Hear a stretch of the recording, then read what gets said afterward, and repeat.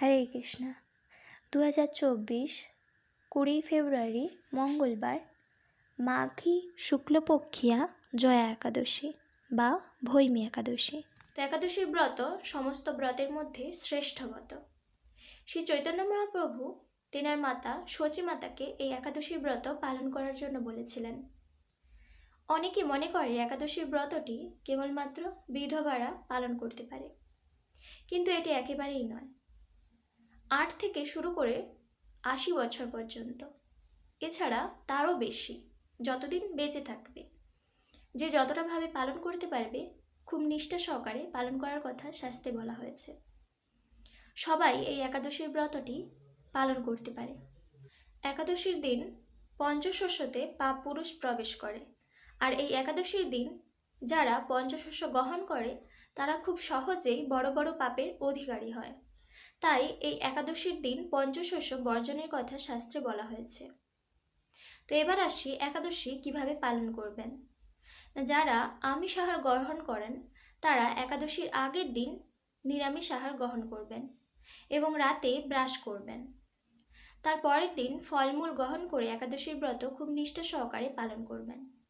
আর যারা এই একাদশীর দিন নির্জলা উপবাস করতে পারেন খুবই ভালো, না হলে ফলমূল গ্রহণ করবেন, ভগবানের নাম স্মরণ করবেন, গুণকীর্তন করবেন, লীলাগুলি শ্রবণ করবেন।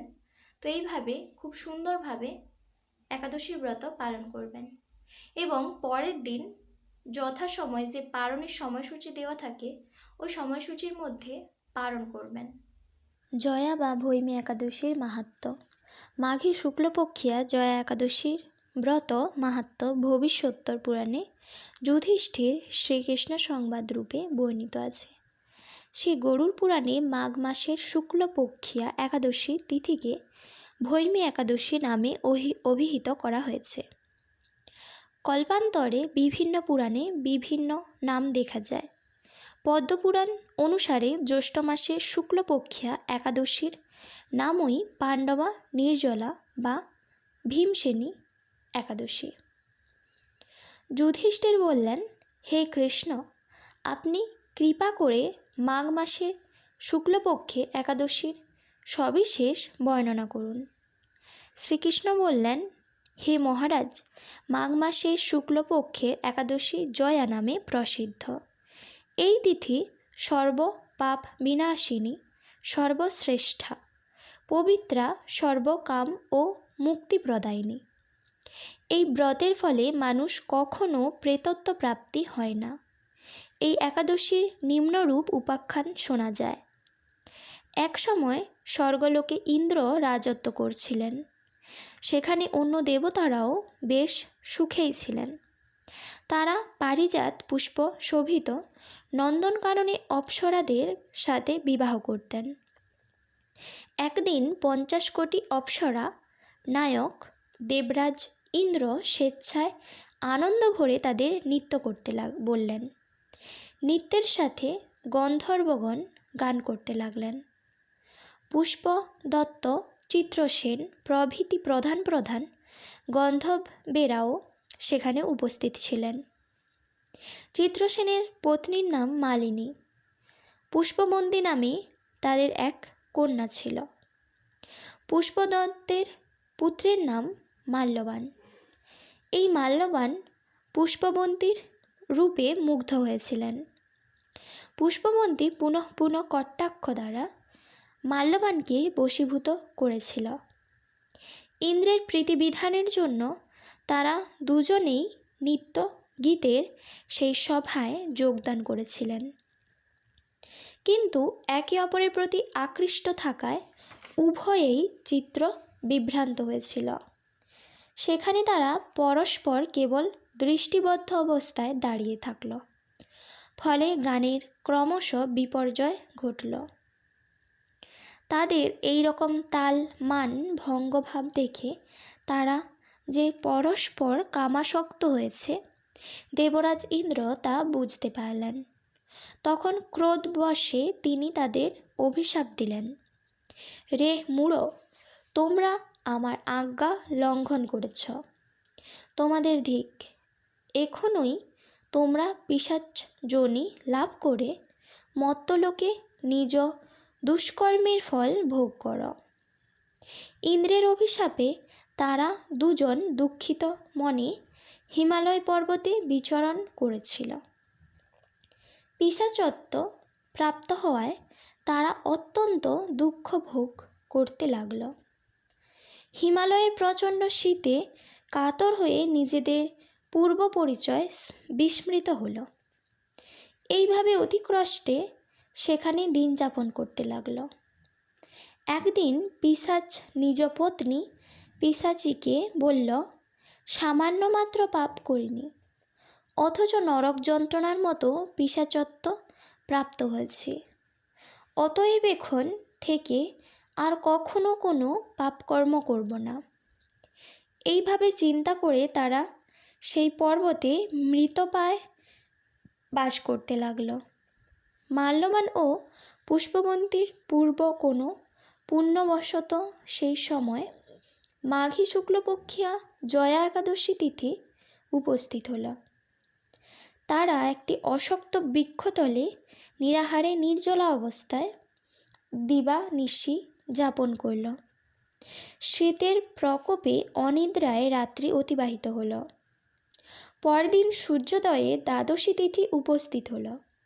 জয়া একাদশীর দিন অনাহার ও রাত্রি জাগরণে তাদের ভক্তির অনুষ্ঠান পালিত হল। এই ব্রত পালনের ফলে ভগবান বিষ্ণুর কৃপায় তাদের পিশাচত্ব দূর হল। তারা দুজনেই তাদের পূর্বরূপ ফিরে পেল। তারপর তারা স্বর্গে ফিরে গেল। দেবরাজ তাদেরকে দেখে অত্যন্ত আশ্চর্য হলেন। তিনি জিজ্ঞাসা করলেন, কোনো পূর্ণ ফলে তোমাদের পিশাচত্ব দূর হলো? আমার অভিশাপ থেকে কে তোমাদের মুক্ত করল? মাল্যবান বললেন, হে প্রভু, ভগবান বাসুদেবের কৃপায় জয়া একাদশীর ব্রতের পূর্ণ প্রভাবে আমাদের পিশাচত্ব দূর হয়েছে। তাদের কথা শুনে দেবরাজ ইন্দ্র বললেন, হে মাল্যবান, তোমরা এখন থেকে আবার অমৃত পান করো। একাদশী ব্রতে যারা আসক্ত এবং যারা কৃষ্ণভক্তিপরায়ণ তারা আমাদের ও পূজ্য বলে জানবে। এই দেবলোকে তুমি পুষ্পবন্তীর সাথে সুখে বাস করো। হে মহারাজ, এই জয়া ব্রত ব্রহ্মহত্যাজনিত পাপকেও বিনাশ করে। এই ব্রত পালনে সমস্ত প্রকার দানের ফল লাভ হয়।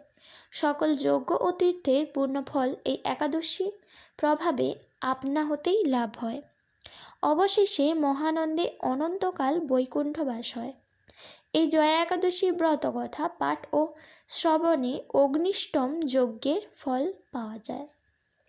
পরের দিন পালনের সময়সূচি: পশ্চিমবঙ্গ 10টা 6 থেকে 9টা 56, বাংলাদেশ 6টা 35 থেকে 10টা 11, দিল্লি 6টা 55 থেকে 10টা 42, মুম্বাই মহারাষ্ট্র 7টা 3 থেকে 10টা 56, পুনে মহারাষ্ট্র 7টা থেকে 10টা 52, নাগপুর মহারাষ্ট্র 6টা 40 থেকে 10টা 31, চেন্নাই তামিলনাড়ু 6টা 29 থেকে 10টা 25, ভুবনেশ্বর উড়িষ্যা 6টা 12 থেকে 10টা 5, বিহার 6টা 19 থেকে 10টা 8, ঝাড়খণ্ড 6টা 18 থেকে 10টা 7, ছত্তিশগড় 6টা 29 থেকে 10টা 20, শিলং মেঘালয় 5টা 53 থেকে 9টা 41, গুয়াহাটি আসাম 5টা 55 থেকে 9টা 42, মণিপুর 5টা 44 থেকে 9টা 33, মিজোরাম 5টা 47 থেকে 9টা 37, সিকিম 6টা 8 থেকে 9টা 56, বৃন্দাবন 6টা 52 থেকে 10টা 39, ব্যাঙ্গালোর কর্ণাটক 6টা 40 থেকে 10টা 35, হায়দ্রাবাদ তেলেঙ্গানা 6টা 39 থেকে 10টা 33, আগরতলা ত্রিপুরা 5টা 54 থেকে 9টা 43, গুজরাট 7টা 13 থেকে 11টা 3, কেরালা 6টা 43 থেকে 10টা 40, পাঞ্জাব 7টা 5 থেকে 10টা 49, রাজস্থান সাতটা 5 থেকে 10টা 53, মধ্যপ্রদেশ 6টা 43 থেকে 10টা 34, গোয়া 6টা 55 থেকে 10টা 50,